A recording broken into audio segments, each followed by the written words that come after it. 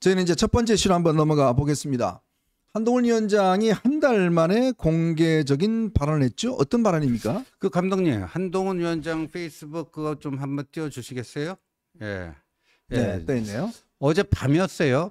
예. 개인 해외 직구 시 KC, 그러니까 이제 우리 국내에서 인증하는 거 있잖아요. 코리아 서티피케이션이라는 국내 인증 의무화 규제는 소비자의 선택권을 지나치게 제한함으로 제고되어야 합니다. 해외 직구는 이미 연간 6조 7천억 원을 넘을 정도로 국민들이 애용하고 있고 저도 가끔 해외 직구를 합니다. 국내 소비자 보호를 위하여 제품의 안전을 꼼꼼히 챙기는 것은 정부의 당연한 책무입니다. 그러나 5월 16일 발표처럼 개인이 해외 직구 시 KC 인증을 의무화할 경우 적용 범위와 방식이 모호하고 지나치게 넓어져 과도한 규제가 될 겁니다. 우리 정부는 규제를 과감히 혁파하고 공정한 경쟁과 선택권을 보장하는 정부입니다. 했는데 어제 저녁에 이제 한동훈 위원장이 저 글을 올렸어요. 그러니까 지난번에 홍준표 시장으로부터 공격을 받고 그때 한 달 전쯤에 4월 20일인가요? 네. 그때 뭐 하나 올린 거 그 말고는 이제 처음으로 두 번째 올린 거고 한 달 만에 이제 올린 건데 이거는 오늘 정부가 사실상 80개 그 품목에 대해서 해외 직구 금지한다 5월 16일 날 발표를 했는데 오늘 국무조정실의 이정원 국무 2차장이요. 그 정부 서울청사 브리핑에서 6월 중 시행되는 것은 실제로 위해성이 확인된 제품만 그렇게 그 거래 못하게 하는 것이고 반입 제한하는 거고 80개 품목 전체를 일시에 차단하는 건 아니다. 그래서 사실상 어제 그 한동훈 위원장의 주문대로 정부가 그렇게 3일 만에 수정 발표를 했습니다. 이게 왜 문제가 되냐면요. 여러분들 아마 전자제품 쓰시면 뒷면에 이렇게 보면 KC, CE 뭐 이런 마크가 있습니다. 이게 뭐냐면 이제 2011년부터 우리가 뭐 여러분 아시겠지만 뭐 KS 마크 뭐 이런 거 있었잖아요. 그러니까 정부 부처마다 어떤 인증하는 게 다 여러 가지 흩어져 있었는데 2011년도에 KC 즉 코리안 서티피케이션이라는 하나의 이걸로 이제 인증이 됐어요. 이걸 인증받으려면 어떤 제품을 이제 인증하는 기관이 우리나라 3개 기관이 있습니다. 거기에다가 제품을 보내서 이 인증, 즉 전파 인증이나 뭐 등등 유해 인증이나 이런 걸 받으면 이제 거기에 적합하다. 그러면 이 KC 마크가 주어지는 거예요.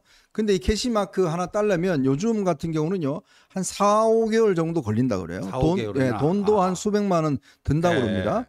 그러니까 이제 이 국내의 어떤 전자제품을 팔기 위해서는 기본적으로 KC 마크가 다 있어야 돼요. 근데 요즘 이제 직구가 굉장히 많지 않습니까? 그렇죠. 여러분도 아마 직구 많이 알리나 뭐 이런 거 많이 이용하시잖아요. 근데 이제 직구 같은 경우는 이게 이제 좀 싼 가격에 있는 거예요. 피규어라든지 뭐 그다음에 어떤 선풍기라든지 유모차라든지 이제 기존에 이 KC 마크가 있으면 가격이 꽤 올라갑니다. 그러니까 젊은 층들이나 이런 분들이 이제 직구를 통해서 많이 이런 제품을 구입을 해요. 근데 최근에 문제가 된 게 이제 이런 직구 제품에서 유해성 있는 발암 물질이 많이 발견이 됐거든요. 그러니까 정부가 나서서 그러면 이 앞으로 이제 KC 마크가 없는 제품에 대해서는 직구를 허용하지 않겠다. 이런 발표를 한 겁니다. 그렇죠. 그러면 예를 들어서 진짜 이게 뭐 다량으로 구입되는 게 아니라 또 저가로 구입되는 거 이런까지 KC 마크를 다 해버리면 이게 이게 직구가 잘 되질 않아요. 그리고 국내 가격이 상승합니다. 그리고 국내 이거 직구업자들 같은 경우는 이게 큰 타격을 입게 돼요. 그렇죠. 그러다 보니까 이게 지금 실질적으로 오히려 규제를 더 이게 강화하는 거다. 이 규제 강화하면 뭡니까? 윤석열 정부의 기본 방침은 규제 완화잖아요. 네. 규제를 강화하게 되면 그럼 거기서 규제에 따르는 여러 가지 어떤 정부의 권한만 세지는 거예요. 그래서 이제 한동훈 위원장뿐만 아니라 지금 나경원, 유승민 모두가 다 오늘 이거 말도 안 되는 정책이다. 라고 이제 발표하고 유해 물질은 따로 그거를 해서 우리가 따로 예를 들어서 그걸 수입을 정지한다든지 뭘 하면 되는 것인데 문제는 무조건 KC 마크 받은 제품만 들어올 수 있다. 이렇게 돼버리면 이거는 차원이 다른 문제라는 거예요. 그렇죠. 차원이 다른 문제가 되는 거죠. 그러니까 유해성이 입증된 과학적으로 입증된 그런 품목만 중단시키면 되는 거 아닙니까? 예, 그러면 되는 거지. 왜 그냥 모든 제품 80개 품목 이걸 다 일괄적으로 뭐 해버리면요. 이게 윤 정부 국정 철학의 키워드가 자유 아니에요. 네. 자유에는 여러 가지 자유, 정치적 자유, 사회적 자유, 경제적 자유인데 경제적 자유 중에 중요한 것 중에 하나가 또 소비자의 선택권이거든요. 네네. 예, 소비자의 선택권을 과도하게 제약한다. 그러니까 윤 정부의 자유주의 국정 기조하고도 어긋나는 부분이 있습니다. 그러니까 5월 16일에 정부가 발표했는데 불과 3일 만에 이거를 사실상 수정했고요. 그때 80개 품목 일괄 수입 금지는 오늘 사실상 철회를 한 겁니다. 자, 근데 우리의 관심은 이 내용 본질이 아니라 그렇죠. 왜 한동훈 위원장이 오늘 이런 메시지로 사실상 이제 페이스북 두 번째 신곡을 올렸을까라는 부분이거든요. 그렇죠. 그러니까 결국은 저는 그렇게 봐요. 우리가 막 정치적인 메시지를 이런 것들을 막 이렇게 할 경우에 여러 가지 좀 논란에 휩싸일 수도 있고 또 국민들 생활하고 별 상관이 없습니다. 만약 한동훈 위원장이 그 백서 만들지 마라 뭐 이런 메시지를 만약에 올렸다 그러면 꽤 정책 논쟁이 가열될 거예요. 근데 한동훈 위원장이 항상 그 지난 있을 때 그런 이야기 했지 않습니까? 국민의 정말 어떤 변화, 국민의 생활의 변화, 민생의 문제 이런 것들에 이제 정치가 관심을 가지고 적극적으로 해결해야 되고 그걸 정치권이 민감하게 받아들여야 된다. 사실 이게 정부가 이 조치 발표하고 나니까 뭐 난리가 났습니다. 인터넷 공간에서 뭐 도대체 그럼 뭐 어떻게 살아는 이야기냐, 왜 막냐, 뭐 난리가 났어요. 그러니까 한동훈 위원장이 저는 이런 메시지를 올린 것은 정말 국민들이 필요한 부분, 정말 국민들의 어떤 의견, 어려움 이런 것에 있어서 내가 정치인이기 때문에 어떤 목소리를 내는 것들 그리고 이런 것들에 대한 좀 지향을 하겠다는 거. 그러니까 즉 저는 한동훈 위원장이 이제 국민들의 생활적 문제에 대해서 좀 더 이제 목소리를 내겠다. 저는 그런 신호가 아닌가라는 생각이 얼핏 드네요. 저도 뭐 같은 생각입니다. 그러니까 한 위원장이 지금 뭐 선거 패배 그 다음 날 전격 사퇴를 했죠. 책임을 지고요. 선거 패배의 책임을 지고. 그다음에 지금 이 직거 생활을 하고 있는데 가끔가다 이제 뭐 목격담과 뭐 사진 뭐 이런 게 전해지기는 합니다만 그래서 저는 이걸 어떻게 해석하냐면요. 한동훈 위원장이 뭐 이번 전당대회에 나올지 안 나올지 나올 가능성이 점점 높아지고 있는 게 사실입니다. 네. 그래서 저는 이게 이제 한동훈의 전대 출마가 변수에서 상수로 바뀌어가고 있는 중 아니냐 뭐 이런 식으로 보는데 근데 이번 전대에 나오던 아니면 전대가 아닌 그 다음에 언제 다시 재등판을 하던 한동훈이 여의도에 재등판했을 때 한동훈 정치의 키워드는 생활 정치가 될 것이다. 아하. 향후 한동훈 정치의 키워드는 생활 정치가 될 것이다라는 것을 어제 이 페북 메시지가 보여주고 있다. 저는 그렇게 해석을 합니다. 여러분 언제 이재명 페이스북에서 이런 메시지 보신 적이 있습니까? 맨날 조국 메시지 이런 거 본 적이 있으세요? 맨날 눈만 뜨면 윤 대통령 공격하고 특검하자 그러고 정책인 메시지밖에 안 올리잖아요. 근데 여러분 과연 그게 우리 국민들이 지금 먹고 사는 문제하고 무슨 관계가 있죠? 우리들 생활과 무슨 관계가 있죠? 그러다 보니까 이제 젊은 층이나 이런 분들이 이제 정치에 관심이 없는 겁니다. 맨날 싸우는 놈들, 맨날 자기들끼리 싸우는 건들, 우리 문제하고 전혀 상관이 없다. 지금 보세요. 21대 국회가 이제 29일이면 끝이 납니다. 그런데요. 역대 국회는 이렇게 끝날 때마다 그래도 한 120개 정도 되는 법안들을 처리하고 끝났어요. 근데 이번 국회는 달라요. 이번 국회는 아무것도 처리하지 않고 오로지 지금 제2요구된 이제 이 최상병 특검법 이것만 처리를 하겠다는 겁니다. 그러면 최상병 여러분 특검 통과되고 안 통과되고 여러분 생활에 어떤 지장이 있죠? 통과되면 물가가 올라갑니까? 그다음에 직장이 뭐 줄어듭니까? 이게 아니거든요. 그렇죠. 우리 생활에 뭐 영향이 있어요? 뭐 직구 못 합니까? 뭐 최상병 특검 뭐 안 통과시키면 뭐 직구도 못 하고 그냥 택시도 탈 수 없고 뭐 요금도 다 올라가요? 그게 아니지 않습니까? 정말 정치가 관심을 가져야 될 거는 우리 소상공인들 문 닫는 분들 왜 문을 닫을까? 그리고 왜 우리가 지금 직장이 없을까? 우리 젊은이들 왜 돈이 지금 못 벌릴까? 알바 자리가 없을까? 이런 문제를 해결해 주는 게 저는 정치의 본질이라고 보거든요. 맞습니다. 그러면 기성 정치인들은 전혀 관심이 없습니다. 그거에 대해서 조국이 언제 이런 이야기 한 적 보셨나요? 전혀 관심이 없어요. 5.18 저 헌법 전문에 넣겠다? 여러분 5.18 그 정신을 헌법 전문에 넣으면 우리나라가 선진국 됩니까? 여러분들 집에 막 돈이 막 생겨요? 여러분들 생활이 나아집니까? 아무런 상관이 없어요. 근데 그거를 국민 투표하고 통과시 그러면 얼마나 많은 또 돈이 들어갑니까? 지금 그걸 하자고 오로지 매달리고 있는 거 아니겠습니까? 그러니까 또 헌법도요. 저 전반적으로 손봐야 될 게 많잖아요. 그래서 제대로 된 70하고 헌법을 만들었고 여야 합의 또 국민적 동의 속에서 하는 건 모르겠어요. 근데 헌법 전문에 그 5.18 정신을 넣는 거지 헌법 전문에는 3.1 운동하고 4.19만 들어가 있거든요. 네. 거기 5.18 넣는 거 저도 찬성이고 그럼 우리 윤석열 대통령 후보 시절부터의 일관된 공약입니다. 그건 인정하지만 그것만을 위한 원포인트 개헌을 하자? 그게 지금 국가적 에너지를 꼭 그렇게 써야 되겠습니까? 네. 저는 특히 이번에 국무총리실이 발표를 했는데 이 조치를 정말 좀 이제 정부가 어떤 좀 민감해야 될 것 같아요. 국민의 요구와 이런 데 있어서. 이번에 저는 의대 증원 당연히 우리가 해야 되지 않습니까? 근데 이번에 보건복지부가 이렇게 한 내용들을 보면 허점들이 너무 많아요. 그러니까 이런 것들이라든지 이렇게 국민의 어떤 진짜 민심을 우리가 대통령이 이번에 정말 제대로 듣겠다고 이야기를 했지 않습니까?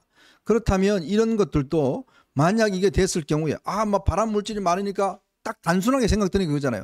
막어 그냥 뭐 오게 하지 마.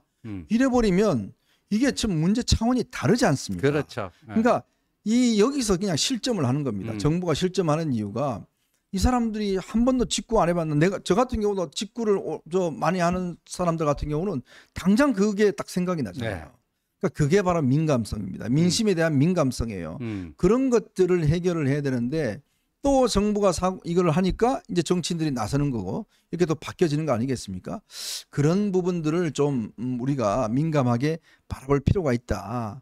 그래서 실제로 이제 이런 상황이 되다 보니까 지금 최근에 하나 여론조사 하나가 또 한 게 하나 있습니다. 그 오늘 뭐 네, 새로 나왔다고요? 오늘 새로 나온 게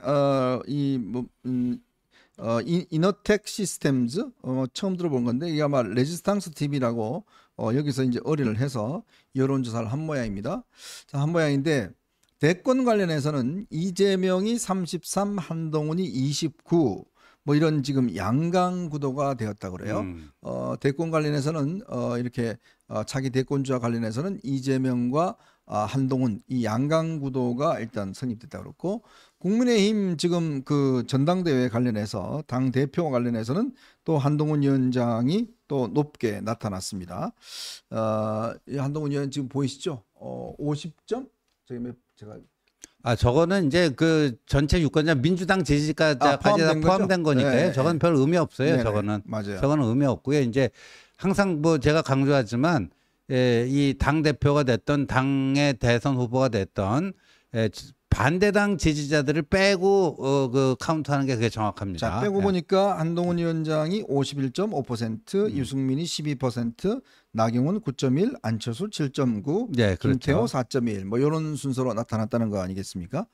그러니까 지금 어쨌거나 지금 뭐 당내에서는 뭐 이런 한동훈 위원장에 대한 이제 백서 문제로 뭐 폄하하겠다 뭐 등등 많은데 결국 이렇게 뭐 계속적으로 유지가 되고 있고 오히려 높아지고 있는 거는 사실인 것 같습니다. 네, 사실이고 그래도 저는 이제 뭐 최근에 보면 이제 위드흔히 한동훈 위원장 팬카페가 뭐 18,000명에서 지금 뭐 한 7만 명 가까이 뭐 이렇게 되죠? 육박하는 네. 것 같아요. 굉장히 빠른 속도로 늘어나고 있는데 그렇게 이제 한동훈 위원장 나와라 하는 이 에너지보다도 그 에너지도 중요해요. 굉장히 빠른 속도로 늘고 있고 주목해야 될 현상인데 저는 이제 한동훈 못 나오게 하려는 세력들 네. 여기가 완전히 폭망한 결과다. 완전히 폭망한 결과인데 네. 뭐 늘 얘기하지만 뭐 심평 변호사부터 홍준표 시장까지 근데 결국 그 결정타를 날린 거는 백서였던 것 같아요. 네네. 백서라는 게 아니 이게 영어로 얘기하면 화이트 페이퍼 아닙니까? 네. 그 백서 하얀 백자를 쓰는 이유가 뭐겠어요? 투명하고 깨끗해야 된다는 거 네, 아닙니까? 맞아요. 예. 투명하고 깨끗하게 이거를 쓴다는 게 그런 의미에서 백서예요. 근데 뭐 음흉한 마음을 가지고 말이에요. 어떤 정치적 목적 달성을 위해서 쓴다. 그런 게 백서예요? 백서가 아니고 흑서잖아요, 그거는. 네. 그러니까 이게 백서가 아니고 흑서가 돼버린 거예요. 그래서 그 당원들 또 이제 지지자들이 그걸 다 알아버린 거고요. 더군다나 이제 압권은 뭐냐면 그 백서 제작 책임자인 조정훈이 뭐 저 전당대회에 나올 수도 있다. 네. 이거는요 어려운 문제가 아니잖아요. 초등학교 1학년 애한테 물어봐도 이건 다 알아요. 이게 말이 안 되는 행위라는 걸. 그걸 지금 집권 여당이 긴가 아닌가 이런 한심한 논쟁을 하고 있잖아요. 그래서 결국 그게 한동훈 위원장 그러니까 이렇게 당이 한마디로 개판이니까 기본도 그 지켜지지 않는 완전 개판이니까 한동훈 위원장이 총선 패배에 책임이 없다 이렇게 얘기하는 사람은 없잖아요. 네네. 패장이죠, 패장. 그러나 책임이 있지만 워낙 당이 이런 그 누란의 위기에 빠져 있으니 한동훈이 와서 이거를 어떻게 좀 해달라 하는 그 여론이 점점 높아지고 있는 거죠. 자, 그래서 지금 박용찬 영등포 갑인가요? 을 거기 이제 위원장이 있습니다. 박용찬 위원장이 오늘 페이스북에다가 이런 글을 하나 옮겼어요. 그러니까 박용찬 이번에 김민석하고 해서 아깝게 지금 낙선을 했지 않습니까? MBC 기자 출신이죠. 자, 총선 백서를 컨설팅 그룹에 한번 맡겨보자. 외부에 좀 맡겨보자. 왜냐하면 지금 당내에서 아니 지금 선수가 심판이 선수하는 거와 똑같은 거 아니겠습니까? 그거보다 외부 컨설팅 그룹에 맡겨서 정말 이 총선 참패의 원인이 뭔지 당이 뭐가 문제인지 이런 것들을 차라리 그렇게 맡기는 게 오히려 낫지 않겠느냐 이런 이제 오늘 제안을 한 바가 있습니다. 워낙 이게 이 백서 조정훈 백서 관련된 문제가 많다 보니까 근데 저는 더 정말 이게 좀 뭘 화가 나고 이해할 수 없는 게 뭐냐면 자 조정훈을 임명한 사람 바로 윤재옥입니다. 네, 그렇죠. 윤재옥 대표 권한대행이 임명을 했어요. 그렇죠. 굉장히 빠르게 임명했지 않습니까? 그렇죠. 왜 윤재옥은 조정훈을 임명했을까라는 첫 번째 의문. 두 번째. 그래서 어제도 우리가 지원님도 이야기했지만 우리 그 이재영 그 간사, 천목 간사가 문제 제기를 했잖아요. 근데 왜 황우여 비대위원장은 계속 이 문제에 대해서 말이 없고 왜 유구무원인지 도대체 이유가 뭔가? 좀 그걸 한번 듣고 싶어요. 뭐냐? 자 이렇게 지금 불공정하고 본인이 대표 나온다는 그런 이 시사점을 하고 전국을 돌아다니고 하는데 매일같이 방송에 고정 패널로 나와서 뭐 이러니 저러니 이야기를 하고 있는데 그런 사람이 과연 백서를 만드는 게 이렇게 문제가 되는데 그걸 가만 안 두고 있다? 그건 한편으로 보면 방조하는 거 아닌가요? 그렇죠. 바라고 있는 거 아닌가요? 자, 윤재호 그다음 황우여 이 두 분은 도대체 왜 이걸 지금 놔두고 있는지 그러면 제가 볼 때 이런 논란이 있으면 교체를 하든지 아예 뭐 다른 방법을 썼어야 되는 게 맞는데 왜 그러는지 한번 이유를 좀 듣고 싶어요. 거기에 대한 그 얘기를 안 하고 있는 거예요. 지금 근데 그 토요일 날에 있죠. 어제 저희들이 소개해 드렸지만 그 감독님 그 사진 한번 다시 어제 그 이재영 그 강동을 위원장 발언한 사진 한번 띄워주시고요. 이렇게 얘기했다는 거예요. 심판이 선수하겠다고 나서면 되느냐. 그러니까 그 사퇴를 시키든지 아니면 아예 이번에 그 백서 특위 자체를 해체하든지 둘 중에 하나를 해야 되지 않겠느냐. 굉장히 중대한 문제 제기 아닙니까? 저기 맨 뒤에 이제 오른쪽에 마이크 들고 발언하는 게 이제 천목회 간사 이재영 강동을 위원장인데 그 저토록 중요한 문제 제기를 했는데 저기 당대표 황우여 추경호 원내대표 다 있었는데 저기에 대해서는 뭐 이런 방구 대답도 없이 그냥 퇴장해버렸다는 거예요. 아니, 묵묵부답했다는 거예요. 유구문 했다는 거예요. 이게 말이 돼요? 이거는 저는 비대위원장으로서 자격이 없다. 직무유기다. 직무유기다. 아까도 말씀드렸더니 이게 무슨 복잡하게 고도의 뭐 정치적 판단, 논리적 판단을 해야 될 사안이 아니잖아요. 이거는 기본 중에 기본, 지나가던 소도 웃을 정도의 아주 기본에 해당되는 건데 그거 하나 지금 집권 여당이라는 곳에서 그거 하나 해결을 못하고 이거 갖고 지금 끙끙끙끙 지금 며칠째 이러고 있어요 지금. 도대체 왜 누가 이렇게 주도했길래? 특히 아마 지금 내부에서도 그런 이야기를 많이 하는 모양입니다. 이게 불공정한 게 아니냐 이야기를 많이 함에도 불구하고 조정훈은 뭐 끄떡없이 지금 하고 있고 매일 지금 방송에 고정 패널로 나와서 지금 이 문제에 대한 이야기를 하고 있잖아요. 여러분 생각해 보세요. 이게 백서위원장이라고 그러면 제가 검사는 기소장으로 이야기하고 판사는 판결문으로 이야기를 합니다. 자, 백서위원장은 백서로 이야기를 해야 돼요. 근데 뭐라 그럽니까? 목에 칼이 들어와도 두 사람 책임이 있다라고 이야기를 하는데 아니 누가 목에 칼을 들이댄대요 자기한테? 누가 들이댄답니까? 그리고 본인이 마치 무슨 뭐 투쟁의 열사처럼 내가 뭐 압박이 있어도 나는 한다라고 하는데 아니 이 백서 혼자 만듭니까?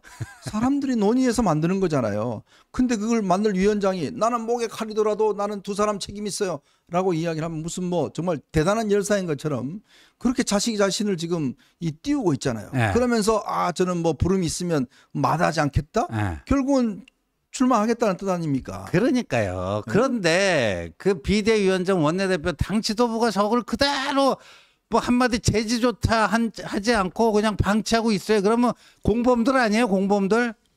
황우여 비대위원장 직무유기고요. 최소한 직무유기고 좀 더 심하게 얘기하면 조정훈하고 공범 아니에요, 공범? 예. 자, 어쨌건 이 문제는 상식적으로 좀 처리합시다. 이게 결국 이제 나와봤자 아무도 안 봅니다. 솔직히 얘기해서 종이값도 안 나와요. 이미 끝났습니다. 이 문제는 이제 나와도 이거는 아무 신뢰성이 없어요. 근데 굳이 돈과 인력을 들어가면서 이거 만들 필요가 뭐가 있겠습니까? 저는 황우여 위원장이 뭐 이 문제에 대해서 깔끔하게 정리를 해야 된다. 정리하지 않으면 시간도 낭비하고 논란만 키우고 다 어떤 면에서 보면 누구 좋은 일 다 시켜주고 그렇게 끝날 겁니다. 괜히 또 의심받는 부분이 있는 거예요. 그 우리 좀 또 조정훈 의원 관련해서 제보 하나 받은 거 있죠? 네. 자, 이거 보십시오. 저게 이제 한동훈 스피치라는 책이 언제 나온 거죠? 2022년에 나온 거예요, 저게. 네. 그러니까 한동훈 어록인데 저거 투나미스라고 하는 그 출판사예요. 투나미스라고 하는 출판사에서 자기들 편집부가 네. 한동훈의 그 어록을 저렇게 책으로 엮어낸 거예요. 근데 저게 그때 굉장히 인구에 회자됐었거든요. 한동훈 스피치라는 책이. 그렇군요. 근데 좀 몰랐는데 오늘 이제 저희 어벤져스가 제보받은 바에 의하면 저 똑같은 출판사 있잖아요. 네. 저기를 조정훈 의원이 찾아가서 조정훈 스피치를 저 비슷한 걸로 좀 내달라. 예? 야. 그거 똑같잖아요. 조정훈 스피치. 안동훈 스피치. 투마니스. 뭐예요? 투마나스. 투마니스? 뭐하여간 뭐. 투나미스. 예. 예. 투나미스. 그 편집부 여건. 참. 그러니까 뭐 한동훈 뭐 거의 따라하기를 하고 거의 뭐 한동훈 카피하듯이 저렇게 저런 전략을 펴온 사람이에요. 그러니까 선거 때는 예. 저렇게 훈훈 브라더스 그러면서 예. 자기하고 한동훈 위원장 뭐 관련 있는 거 하고 또 같이 찍은 사진 그냥 올리고 예. 온갖 저 책까지도 저렇게 비슷하게 만들어서 한동훈 위원장 하더니 딱 선거 끝나자마자 딱 조두알이라고 해서 타이레놀 2알 먹고 대통령이 왜 안 만나느냐부터 시작해서 끊임없이 지금 공격하고 있는 저 이중성. 예. 제가 정치권에 오랫동안 사람을 봐왔지만 사실은 이 조정훈 의원이 저희 어벤져스 좀 출연시켜달라고 몇 차례 요청을 했어요. 근데 제가 거절했습니다. 왜 거절했냐 하면 저도 사람 보는 눈이 좀 있거든요. 정치권에 제가 오래 있다 보니까 딱 행적을 보면 압니다. 그러니까 저 사람은 안 되겠다라고 생각해서 제가 출연시키지 않았는데 아니나 다를까 비슷한 저런 행보를 보이고 있어요. 참 그동안 본인이 변신해왔던 변신도 정말 어지럽지만 예전에 그래서 조선일보가요. 일면 톱 기사로 이 조정훈의 이중성에 대해서 일면 톱 기사로 실은 적이 있어요. 그러니까 굉장히 예외적인 기사였죠. 굉장히 예외적인 기사였어요. 그걸 왜 조선일보가 일면 톱으로 썼겠습니까? 그가 그날 그 여름밤에 뭘 했는지 다 알고 있다는 거예요. 우리는. 그래서 이번에도 똑같은 일을 하고 있다라고 우리는 알고 있는 겁니다. 그러니까 이제 그 정치권의 그 세태를 얘기할 때 그 사자성어로 감탄고토라는 말을 네. 쓰거든요. 그러니까 달면 삼키고 쓰면 뱉는다. 그러니까 내가 뭐 한동훈 관련해 갖고 이용해 먹을 거 있으면 쪽쪽 다 빨아먹자. 네. 쪽쪽 다 빨아먹은 거예요. 한동훈하고 똑같은 이미지 연출하고 심지어 저 한동훈 어록에 나오는 얘기 중에 이런 게 있습니다. 무엇이 되는가 보다 중요한 것이 무엇을 하는가이다. 네. 그거를 조정훈이 또 자기 인터뷰 때마다 그 한동훈이 그 오리지널인데 네. 자기 말처럼 또 써요. 그런 식으로 이제 그 동조화 전략을 피고 뭐 훈훈 브라더스 뭐 이러다가 딱 이제 끝나니까 볼장 다 봤다. 네. 해갖고 이제 한동훈 경쟁자로 한동훈 때리기로 이렇게 하는데 암만 뭐 정치권이요. 그렇게 감탄고토 달면 삼키고 쓰면 뱉는 그런 비정한 세계라지만 그래서 정도껏 해야죠. 정도껏. 예. 네. 하여튼 이 당이 어려우니까 별별 희한한 기회주의자들이 다 이렇게 당에서 설치고 있습니다. 그걸 또 그냥 지켜만 보고 있는 사람들이 있어요. 자, 윤지혁 원내대표 본인이 결자 해지하십시오. 윤재옥 이제 원내대표 아니죠. 전 원내대표. 왜 조정훈 임명했는지 거기 임명 배경에 대해서 책임 있는 답변을 내놔야 됩니다. 네.